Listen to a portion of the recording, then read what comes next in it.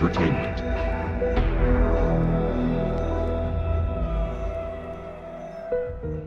H es por hegemónico. El ABC de las pastas.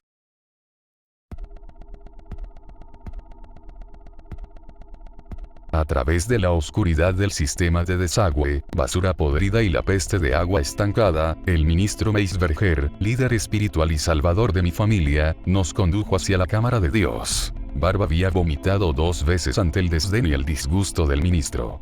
Mis padres la habían reprendido por su falta de respeto y control sobre sus facultades.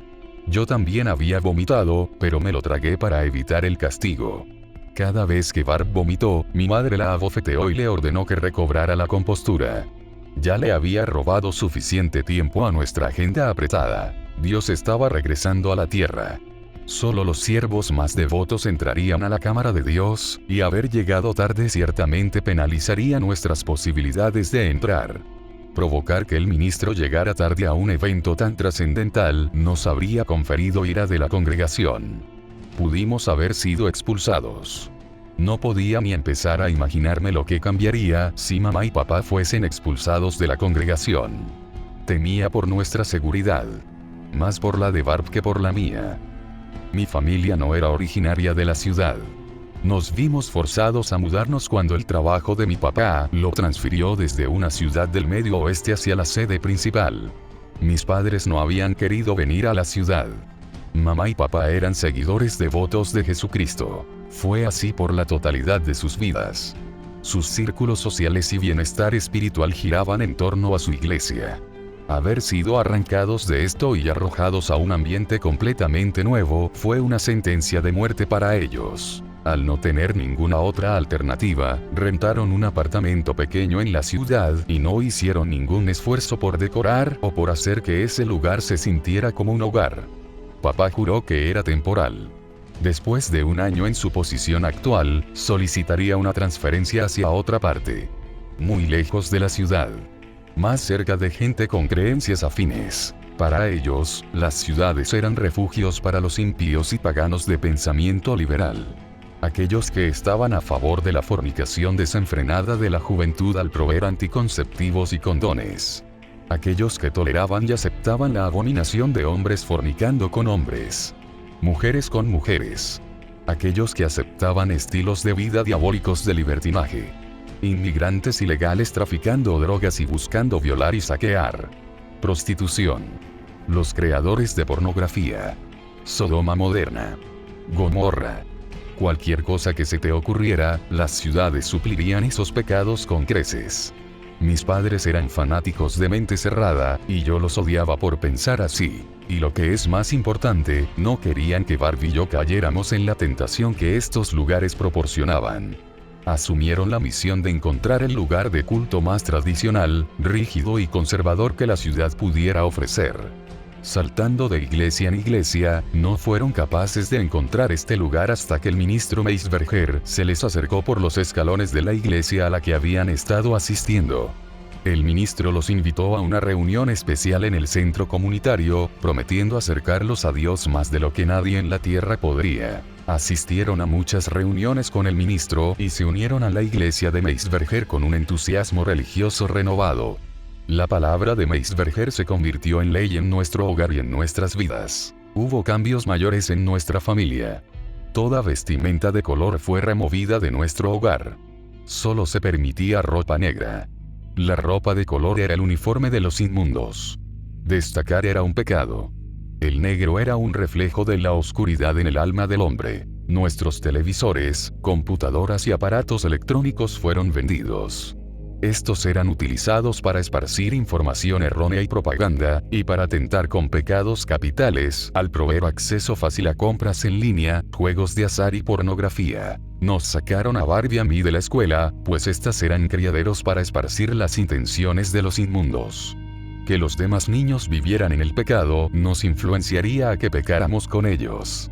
Nuestros profesores nos instruían blasfemias y profanidades difundidas bajo el nombre de la ciencia. Ahora, nuestra educación estaba en las manos de nuestros padres, quienes nos educaban a partir de un plan de estudios aprobado y creado por Meisberger a partir de sus enseñanzas religiosas. Como se pueden imaginar, Barbie y yo no estábamos muy emocionados por los cambios severos en nuestras vidas. Me rehusé a entregar mi televisor y Xbox, mi tableta y computadora.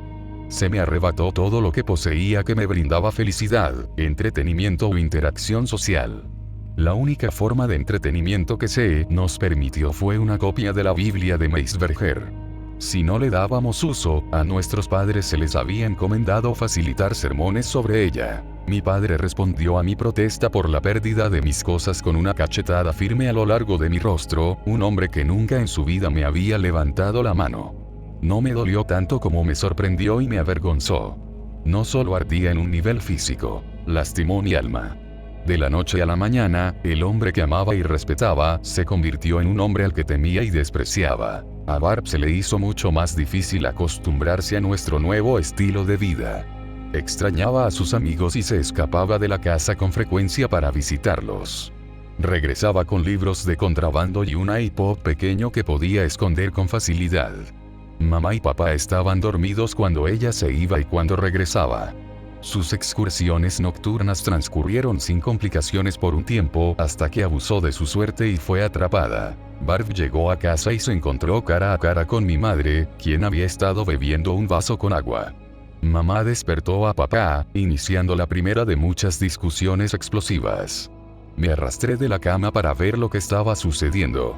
Barb les rugía, refiriéndose a ellos como fanáticos religiosos y diciéndoles que Meisberger estaba arruinando nuestras vidas. Ante la mención del nombre de Meisberger, papá impulsó su mano hacia atrás y abofeteó a Barb en la boca con más fuerza de la que había usado conmigo. Barb cayó por la cocina y golpeó las baldosas con un ruido sordo. Se sostuvo el costado de su rostro. Sus ojos se habían ampliado y su mandíbula se había abierto por el asombro. Me sentí identificado con su reacción. Sin otra palabra, Barb se precipitó hacia su habitación y cerró la puerta de golpe. Sus objetos blasfemos fueron descubiertos cuando mamá revisó su alcoba una vez que se había escapado. No regresó a casa por días y mis padres estaban furiosos con ella. El día que volvió, evidentemente estaba bajo la influencia del alcohol e hizo una rabieta contra el maltrato de nuestros padres. Esta vez, fue mamá quien repartió el castigo. Hizo llover golpes sobre su cabeza, tanto con palmas abiertas como puños. Barb se ovilló conforme los golpes llegaban. Los amenazó con ir a la policía.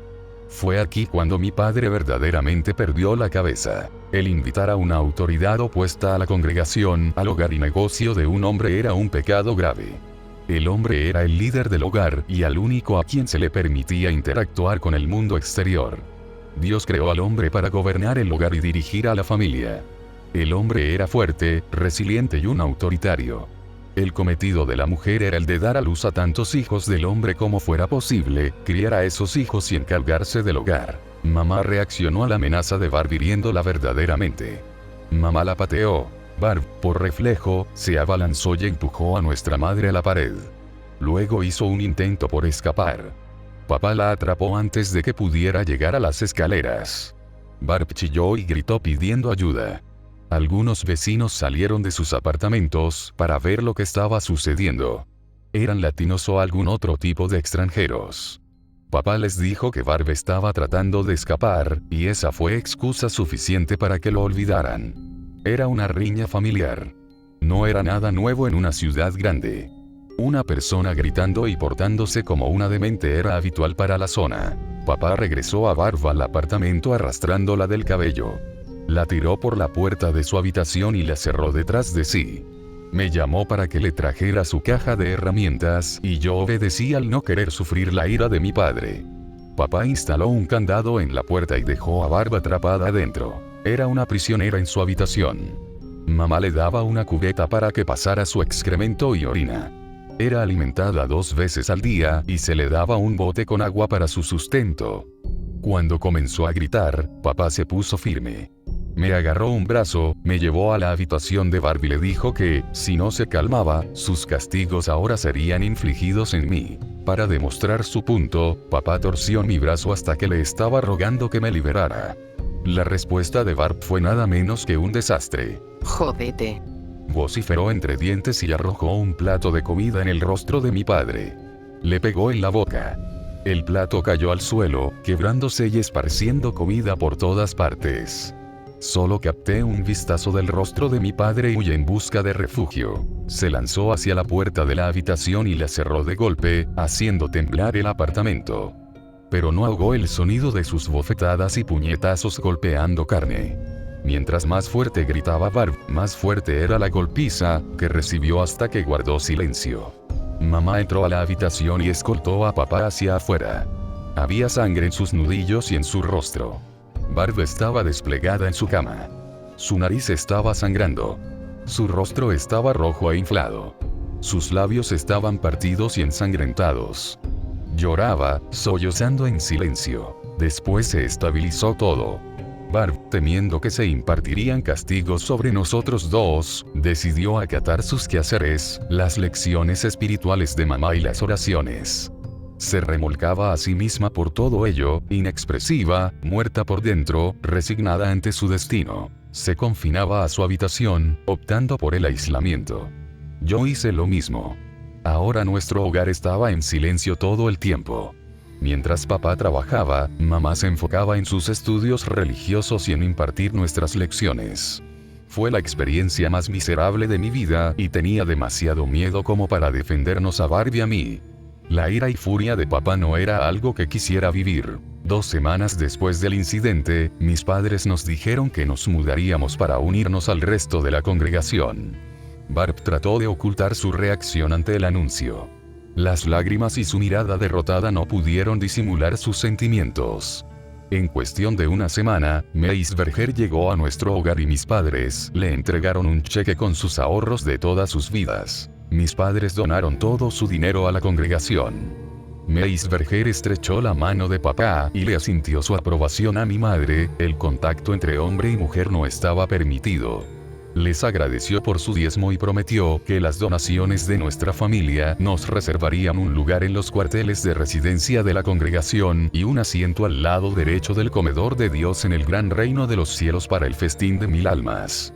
Durante su despedida, nos dijo que esperáramos su llamada telefónica mientras se hacían las preparaciones. Pasó una semana antes de que llegara la llamada. Meisberger había sido bendecido con una visión de la congregación entrando a la cámara de Dios. Se nos dijo que nos vistiéramos con nuestras prendas más finas y que nos encontráramos con él en la dirección dada 1 hora antes de la medianoche. Mis padres estaban atolondrados por la emoción y esperaban que nosotros nos uniéramos a su celebración. Barb impregnó su rostro con una sonrisa falsa y se excusó para ir al baño. Todo su júbilo la sobrecogía. Tuvimos un almuerzo tradicional de arroz blanco, papas hervidas y pollo asado. Comida insípida que no nos seduciría hacia la gula.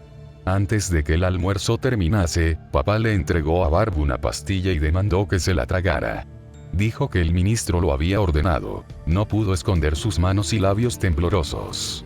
Lágrimas ágiles y espesas se derramaban por los costados de sus mejillas.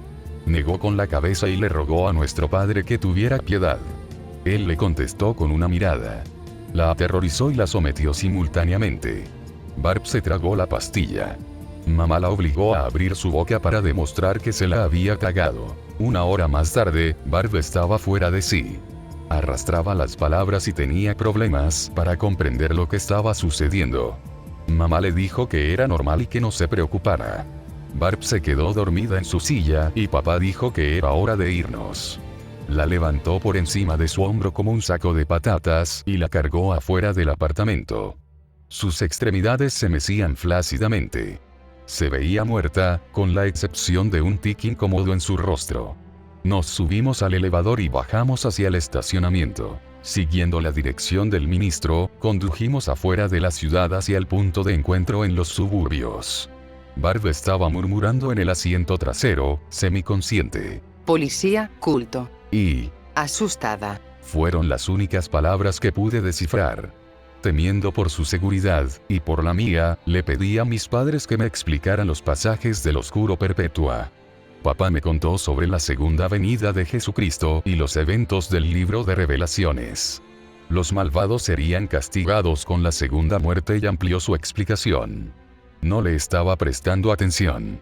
Estaba siendo consumido por pensamientos de intentos de escape. Una hora antes de la medianoche, ya no había muchos carros por donde estábamos conduciendo. En la ciudad, había habido oportunidades de escape en los semáforos con las personas justo afuera de las puertas del auto. No me atreví a abandonar a Barb. Aún no había recuperado su raciocinio. Al llegar a nuestro destino, nos estacionamos en un sitio de parqueo que solía ser un supermercado. El edificio ruinoso se erigía al otro lado de la calle. Todas las ventanas estaban rotas y había vidrio esparcido por el pavimento. Se veía como si no hubiese sido usado en años. Le pregunté a mis padres si era ahí en donde íbamos a vivir de ahora en adelante. Confirmaron mis sospechas en tanto salíamos del auto. Al cargar a Barb con uno de sus brazos alrededor de mi hombro, ella fue capaz de pararse sobre sus propios pies con algo de apoyo. Quise protestar acerca de entrar al edificio. Se veía inseguro, e ir adentro me asustaba. Temía que colapsara encima de nosotros. Mamá dijo que el ministro le compró el edificio abandonado a la ciudad. Iba a ser renovado y convertido en los cuarteles y área de residencia de la congregación. Íbamos a ser bienvenidos oficialmente en la congregación. Y lo que era más importante, íbamos a presenciar el retorno de Dios a la tierra. Caminamos hacia el patio oscuro y las características del edificio se volvieron más claras. Las ventanas cuadradas estaban rotas y habían sido tapadas con madera contrachapada. Los restos de dos chimeneas metálicas se ubicaban contra la pared, en donde colgaban desde unos cuantos ganchos. En general, el lugar era una posilga horripilante e inhóspita. Y se suponía que se iba a convertir en mi nuevo hogar. En la puerta frontal, mi padre tocó 2 veces y luego otras 6 veces. Las cerraduras rechinantes llenaron el silencio vacío de la noche como un bebé llorón. Éramos las únicas almas en kilómetros a la redonda. Ningún zumbido de la vida de la ciudad. Ningún auto. Ninguna persona.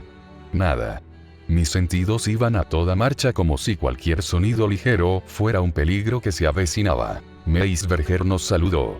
Vestía con una camisa negra de sacerdote con un cuello negro en vez del blanco con chaqueta negra que se usa por tradición.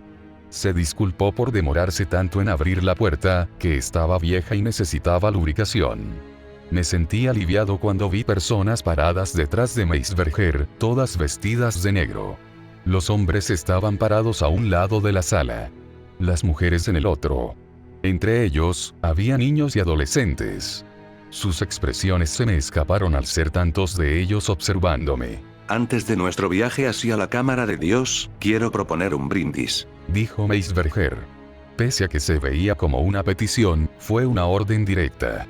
Una mujer joven cargó una bandeja de vino para nosotros. Creí que el alcohol era malo. Musitó Barb, recuperándose de la pastilla. Al haber sido bendecido por mi mano, este no es alcohol que será consumido por placer. Esto es comunión. La sangre de nuestro Dios, respondió Meisberger, agitado por el cuestionamiento de Barb. Papá le siseó a Barb y alzó su mano para golpearla. Meisberger colocó una mano en el hombro de papá y apagó su enojo. Esta noche no es una noche para la violencia. Jovencita, por favor, no te aproveches de mi gentileza. Ahora, y si me hacen el favor de seguirme, los no iniciados deben viajar por un camino diferente. Debo guiarlos hacia el otro lado como su líder espiritual y el emisario de Dios en la tierra. Seguimos a Meisberger por el patio y por un costado del edificio. Llegamos a una hilera de árboles y entramos al bosque hasta que alcanzamos nuestro destino, la abertura de una cloaca. Fue así como terminamos en las alcantarillas, encaminados hacia la cámara de Dios. Luego de que Barb vomitara 2 veces, aceleramos nuestro ritmo hasta que llegamos a una intersección en los túneles. Meisberger giró hacia la izquierda. Había 13 candelas encendidas a cada lado del túnel, marcando la entrada. La cámara de Dios, dijo Meisberger en voz alta y siguió caminando. Las 26 flamas representan a los inquilinos de nuestra fe. Estas son las luces guías para un mundo salvaje de oscuridad y depravación. Siempre y cuando la calidez de su luz los toque, sus almas permanecerán puras y merecedoras de la atención y del amor de Dios. Alabado sea Dios. Alabado sea Dios, exclamaron mis padres al unísono. Barb apretó mi mano con fuerza. La luz de Dios los está tocando, declaró Meisberger. Barb se rió por lo bajo hasta que se le escapó una risotada. Escucharlo fue alarmante. Se sintió foráneo. No tenía sentido, especialmente no en ese momento.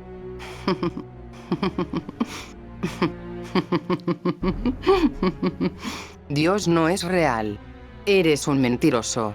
Confía en mí, pues soy el profeta, la voz de Dios en esta tierra, el salvador de los inmundos sensatos. Tener fe en mí es tener fe en Dios.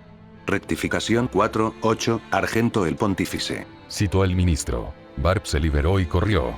Desapareció en la oscuridad del túnel. Papá la persiguió. El sonido de las pisadas de Barb salpicando en el agua sonaban más y más distantes. La segunda serie de salpicaduras la siguió en un apuro, mucho más veloz. Papá arrastró a Barb hasta nosotros. La obligó a arrodillarse enfrente del ministro. Papá la sostuvo mientras Meisberger negaba con la cabeza, decepcionado. Lo siento tanto, mi profeta. Se disculpó mamá con el ministro. Papá le frunció el ceño a mi madre. Al estar a cargo de los niños y de su evolución espiritual, el comportamiento de Barb se reflejaba gravemente sobre ella y, por ende, la casa de mi padre estaba fuera de control. Lo último que querían era que Meisberger viera a Barb rebelándose en contra de la autoridad de sus padres. Papá trató de ponerla de pie. Barb permaneció tendida en el agua de alcantarilla y lloraba. Mamá y papá le gritaron que se pusiera de pie. Ella les dijo con insolencia que se fueran al diablo y le escupió al ministro. Meisberger levantó un dedo para que guardaran silencio. Mamá y papá se callaron de inmediato. Tu fe es débil, Bárbara. Confía en Dios. Confía en mí. O la oscuridad te reclamará como su puta. El ministro hizo su mano y azotó a Barb en el rostro. El sonido reverberó a través del túnel e hizo eco en la distancia. Barb soltó un alarido. Papá y Meisberger la pusieron de rodillas.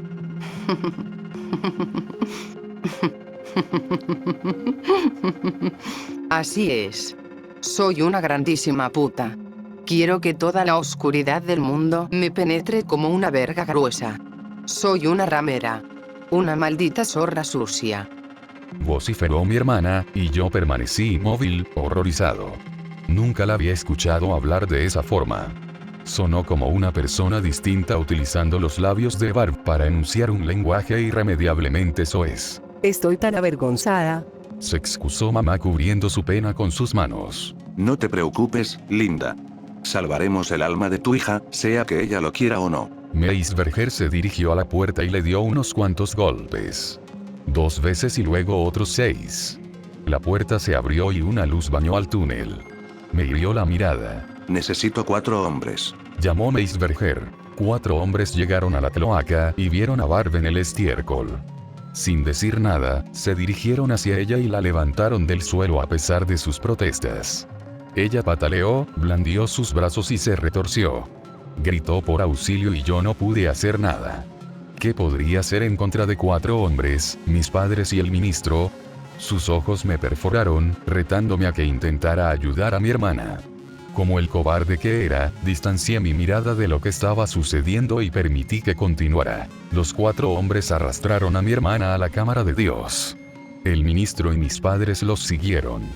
Me dejaron a solas en el túnel. La única persona restante cuya lealtad y fe quedaba en duda. Era una prueba. Tenía que serlo. Querían ver si iba a escapar.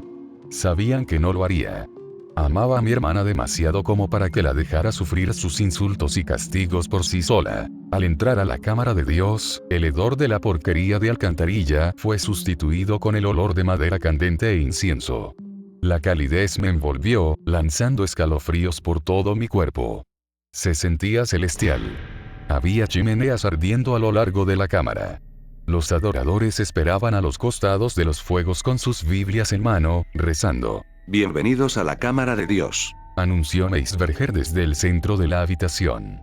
Y una muy especial bienvenida a nuestros últimos invitados, la familia Dayton. La congregación respondió con murmullos de bienvenida. Estamos aquí reunidos en la presencia de Dios, del profeta y de los inmundos sensatos, para bautizar a la familia Dayton en nuestra iglesia. Déjenme ir. Rogó Barb. El ministro se giró hacia uno de los hombres que habían arrastrado a Barb y le asintió. El hombre le pegó en la boca. Ella gritó y se quedó callada una vez más. Mamá y papá se pararon de frente y al centro, en el podio de Meisberger. Accediendo a su petición, me uní a mis padres. Mamá acogió una de mis manos en la suya y la apretó. Yo no quería sostener su mano. No quería tener nada que ver con ellos. Frente al podio, había un ataúd enorme que se parecía a un sarcófago egipcio. Sus lados habían sido esculpidos decorativamente con 2 ángeles, que sostenían al mundo en sus hombros. La parte superior había sido esculpida en la forma de un hombre con sus brazos cruzados. Un aura emanaba de sus rasgos. Drew Dayton, Linda Dayton, Barbara Dayton y Raymond Dayton, den un paso al frente y acepten la gloria, el poder y la iluminación de Dios. Papá dio un paso al frente y cayó de rodillas. Mamá lo siguió y me jaló al piso con ella. Barb fue arrastrada a mi lado y la obligaron a agacharse. Mi corazón se partió por ella. Mace Verger se bajó de su podio y fue primero a donde mi padre. Drew Dayton, te entregas a ti mismo y a tu familia al profeta y a Dios hasta el día de tu muerte y lo que sobrevenga. No, Drew Dayton, me entrego a mí mismo y a mi familia al profeta y a Dios hasta el día de mi muerte y lo que sobrevenga. Uno de los adoradores le dio al ministro una botella de vino. Él la descorchó y vertió vino sobre la cabeza de mi padre. ¿Aceptarás el lazo de sangre entre el hombre y Dios? Soy uno con Dios, replicó mi padre. El ministro asomó la botella en la boca de mi padre, y este bebió. Mace Verger se movió hacia mi madre y realizó el mismo ritual, y luego seguía yo. Raymond Dayton, te entregas al profeta y a Dios hasta el día de tu muerte y lo que sobrevenga. Al no disponer de ninguna otra salida, contesté. Yo, Raymond Dayton, me entrego a mí mismo el profeta y a Dios hasta el día de mi muerte y lo que sobrevenga. Mace Verger vertió vino sobre mi cabeza. Me dio escalofríos a pesar de su calidez. Levantó mi cabeza y vertió vino en mi boca. Tenía un sabor agrio y podrido junto con algo de sabor metálico sutil. Luego, Mace Verger se acercó y me tomó de la mano. Me puso de pie y sostuvo mi mano en la de él. Ahora la sangre del profeta y de Dios corre a través de tus venas. Gritó, alzando mi mano en el aire. La congregación aplaudió y vitoreó furiosamente. Mamá y papá se veían complácidos con ellos mismos. Yo odiaba a todos los que me rodeaban. Barb se veía como si estuviera a punto de tener náuseas de nuevo. Mace Verger la notó y su expresión cambió. Sus ojos se tornaron fríos, contrastando con la afectuosidad que había mostrado hace solo un momento. Levantó su puño en el aire y la cámara se enmudeció. Todos los ojos retornaron a él una vez más. Bárbara, llamó el ministro llenando la cámara con el estruendo de su voz. Es momento de que elijas. ¿Te quieres unir a tu familia? ¿Quieres caminar en la luz cálida de Dios? Por el bien de tu alma eterna, realmente espero que reconsideres tu postura. En ese momento, Barb alejó su mirada del ministro y se giró hacia mí. No me lo preguntó en voz alta. No hubo necesidad. Sus ojos lo dijeron todo. Me rogó por una respuesta. Todos los ojos se postraron en mí, y me di cuenta de que no tenía ninguna otra elección. Me dirigí hacia mi hermana, coloqué una mano en su hombro y le dije que se uniera a nuestra familia. Se echó a llorar y murmuró algo entre los sollozos que no logré entender. Mace Verger dio un paso al frente y colocó sus dedos bajo su mentón, levantando sus ojos para que se encontraran con su mirada. Barbara Dayton, antes de ingresar a esta cámara sagrada, declaraste tu deseo de fornicar con la oscuridad y con los inmundos. Según tu propia confesión, deseaste ser una puta para los inmundos y aquellos que caminan en la oscuridad. ¿Ahora niegas estas afirmaciones? ¿Eliges caminar en la calidez de la luz de Dios? Sí. Gimoteó Barb. Barbara Dayton, ¿te entregas al profeta y a Dios hasta el día de tu muerte y lo que sobrevenga? Sí. Gimoteó de nuevo.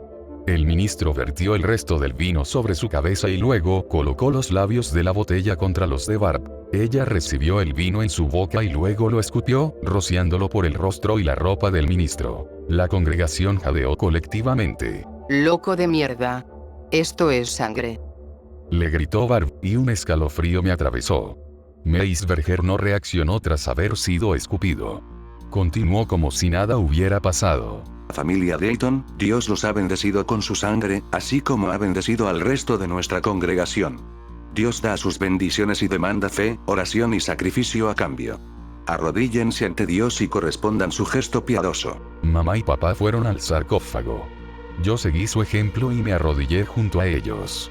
Barb se quedó en su sitio. Mace Verger le asintió una vez más al grupo de hombres que llegaron para obligarla a unírsenos. Suéltenme, cabrones. Gritó Barb en tanto era empujada hacia enfrente. El ministro permaneció de pie pacientemente frente al sarcófago.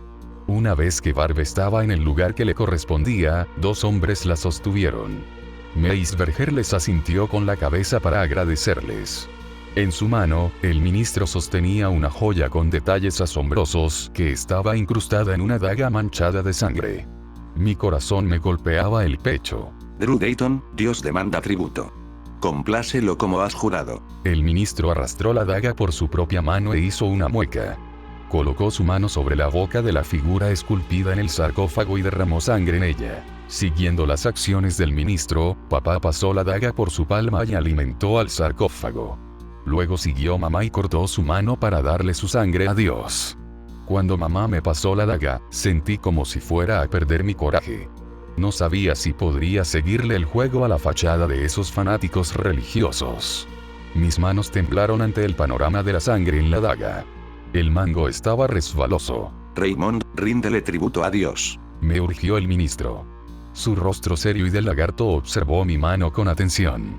Al tener un arma, me di cuenta de que tenía la oportunidad para acabar con esa farsa y demostrarle a la congregación que este no era ningún profeta o emisario de Dios. Pero luego sería asesinado, o peor. Me pregunté si valdría la pena, y llegué a la conclusión de que no. Meisberger podría sobrevivir y todo habría sido para nada. Barb seguiría sufriendo. Todo sería en vano. Tragué grueso, apreté mi mandíbula y me corté la palma. Me acerqué a la tumba ceremonial y coloqué mi mano sobre la boca al igual que habían hecho mamá y papá. La sangre cayó adentro. Meisberger llegó y presioné mi mano para cubrir la porción de la boca. Algo dentro del sarcófago me tocó. Grité, queriendo alejar la mano. Meisberger la mantuvo en su sitio. Fuera lo que fuera eso que yacía adentro, lamió la sangre desde la herida con una lengua fría y resbalosa. Recorrió la totalidad de mi palma, ingiriendo la sangre con un sorbo grotesco. Fueron los segundos más largos de mi vida. Meisberger liberó mi mano y señaló a mi familia para que regresara con ellos. Dios obra de maneras misteriosas. Maneras que los inmundos nunca entenderán. Nosotros, los fieles, adoramos a un Dios poderoso. A un Dios verdadero. A un Dios de acción y amor que no permite el sufrimiento de su rebaño.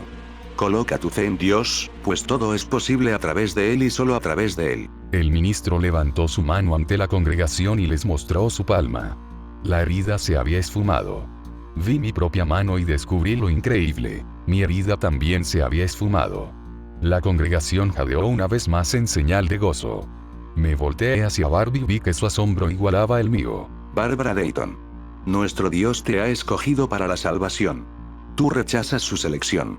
Rechazas la autoridad de tu padre. La crianza de tu madre. Cometiste blasfemia en la presencia de Dios y del profeta, y te resistes a nuestros esfuerzos de llevarte a la luz y la calidez de la gloria eterna de Dios. El asombro en el rostro de Barb se había desvanecido. En su lugar, se arraigó el miedo. Temblaba y trató de ponerse en pie. Los hombres continuaron sujetándola.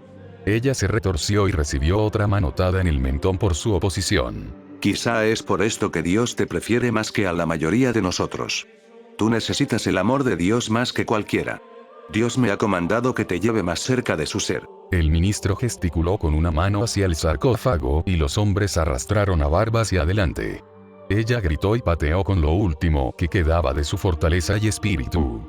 Mi hermana luchó y luchó, algo que yo había sido muy cobarde para intentar. Cariño, no te resistas. Dios te ha elegido. La alentó mamá. Papá sostuvo a mamá en sus brazos. Lágrimas de alegría se derramaban por los rostros de ambos. Un grupo de mujeres mayores se acercaron a los hombres que sostenían a Barb. Le jalaron su vestimenta y se la arrancaron. Cerré los ojos y me cubrí las orejas. Pero no hizo mucho para ahogar los gritos y el desgarramiento de tela. La multitud que la rodeaba terminó su tarea con facilidad. Barb estaba postrada ante la congregación, desnuda y pálida. No pude soportar verla. 4 de los hombres se habían despegado del grupo. Fueron hacia el sarcófago y, juntos, retiraron la cubierta de roca pesada. El olor de putrefacción antigua flotó desde la tumba abierta. Fue como un animal muerto abandonado bajo el calor. Abrumó al olor de madera candente e incienso. Mis ojos se pusieron llorosos. Me atraganté. Quienes sostenían a Barb la guiaron hacia el sarcófago. Barb se opuso a ellos. ¿De dónde encontró la energía? Nunca lo sabré, pero entre sus gritos, llantos y sollozos, me rogó que la ayudara. Cuando finalmente llegó al sarcófago y dio un vistazo en su interior, el pánico en los ojos de Barb se grabó a fuego en mi memoria. Algo se rompió dentro de ella. El frenesí agitado de su oposición culminó. Una mirada de desilusión dominó sus ojos. Fuera lo que había visto, la obligó a resignarse ante su destino. Meisberger alejó a los hombres de Barb con un meneo de su mano. Ellos liberaron a mi hermana, quien se quedó parada, estupefacta, observando al interior de la boca del sarcófago. Encomendamos el cuerpo y alma de Barbara Dayton a Dios para su paz eterna. Y tomó a mi hermana en sus brazos como un novio, cargando a su prometida por el umbral. Un par de manos viejas y marchitas se extendieron desde el sarcófago para recibir el descenso de Barb. El ministro la posó sobre los brazos vetustos y la siguió bajando hasta que ambos estaban juntos en el interior del sarcófago. Con otro gesto de su mano, los 4 hombres volvieron para deslizar la cubierta en su lugar. La cámara de Dios quedó en silencio una vez más. La congregación inclinó sus cabezas en señal de oración. Esperaba que Barb gritaría. Que daría un último alarido o indicación de angustia. No hubo nada aparte del sonido de mi corazón martillando mis oídos. Esa fue la última vez que vi a mi hermana. Pasaron 5 semanas desde nuestra inauguración como parte de la congregación. Cada mañana comenzaba con oraciones. Luego del desayuno, Meisberger nos presentaba una lección de su Biblia y luego todos iban al frente de la habitación y se cortaban las palmas con una daga. La sangre era recolectada en botellas de vino como nuestro sacrificio para Dios. Estas heridas no sanaban. Eran dolorosas y susceptibles a infecciones. Era una práctica común en la congregación. Las heridas solo sanaban hasta que íbamos a la cámara de Dios a depositar nuestra sangre directamente en la boca de Dios. Papá renunció a su trabajo en la ciudad, terminó el contrato de nuestro apartamento y trajo unas cuantas pertenencias valiosas que Meisberger nos permitió conservar en la destilería vieja. Mamá estaba embarazada. Tenía una hermana o hermano nuevo en camino. No sabríamos nada hasta que el bebé naciera. Incluso para emergencias, a las mujeres no se les permitía ver a doctores. Tenía la esperanza de que el bebé naciera saludable, pero no me importaba si mamá vivía o moría después de ello. Lo mismo con papá.